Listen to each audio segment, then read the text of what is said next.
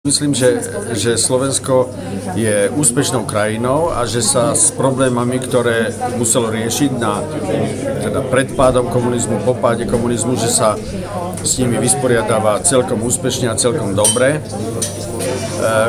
Keď som bol asi pred 2 týždňami na stretnutí so zdravotnými sestrami, ktoré demonstrovali pred úradom vlády, opäť som si tak výraznejšie uvedomil, že pokiaľ to nie sú masy robotníkov, ktorí môžu štrajkovať a zastaviť závody a podobne, tak štát im veľmi nerád vychádza v ústrety a tento postoj štátu by sa mal zmeniť.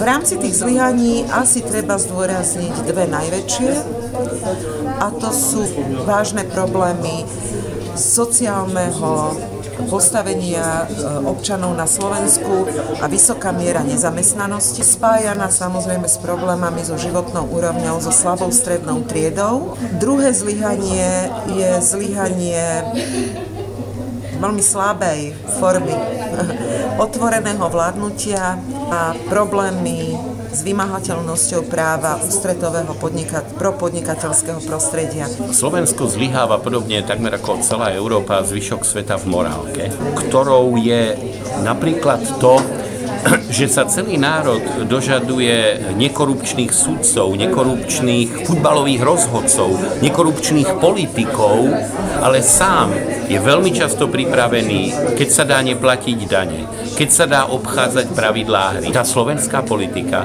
je len zrkadlo vôle občanov. Od tej doby, čo máme demokratické voľby, sú všetci politici, i tí, ktorí boli opakovane pristihnutí pri nepravostiach, vždy znova a znova volení. A ak sú volení, tak je to nepochybne zrkadlo vôle občanov. Hlavne v základnej spravodlivosti a v rovnosti pred zákonom, kde sa ľudia nemôžu spoľahnúť na ten systém a na ten štát a nemôžu sa spoľahnúť na to, že sa na nich uplatnia pravidlá rovnaké ako na tých veľkých horách. Obrovské zlyhania sú v zdravotníctve, ktoré v niektorých oblastiach je na úrovni tretieho sveta. Keď som sa stal ministrom spravodlivosti, v spoločnosti bola veľká snaha a boli hlasy, čo najviacej urobiť súdnictvo nezávislým od iných štátnych mocí, od vlády, od parlamentu a podobne.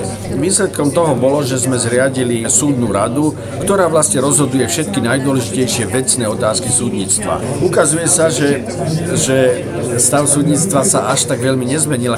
Takže myslím, že to spoločenské kyvadlo, ktoré vtedy sa pohybovalo do strany čo najviacej urobiť súdnu moc nezávislou, že teraz sa opäť začne pohybovať v smere niektoré právomoci súdnej rady ohraničiť, preniesť ich, dajme tomu, na ministerstvo spravodlivosti alebo na iný štátny orgán a takto viacej prepojiť súdnictvo s inými štátnymi mocami, aby sudcovia si uvedomili viacej svoju začlenenosť do celkového štátneho aparátu a svoju zodpovednosť pracovať ako súčasť celkového štátneho aparátu.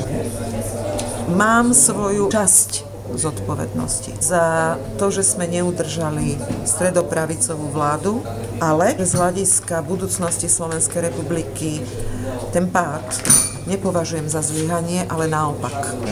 Nepamätám si v politickom živote, že by som sa dopustil nejakého veľkého zlyhania. Mám pocit, že ma nemuseli všetci milovať, ale nedopúšťal som sa niečoho, čo by znamenalo zneužívanie pozície a tým pádom morálneho zlyhania. Ja v živote ľutujem skôr veci, ktoré som neurobil, ako ktoré som urobil, a najviac mi je ľúto, keď som niekedy z pohodlnosti, niekedy zo strachu sa neodhodlal niečo spraviť a poučil som sa z toho.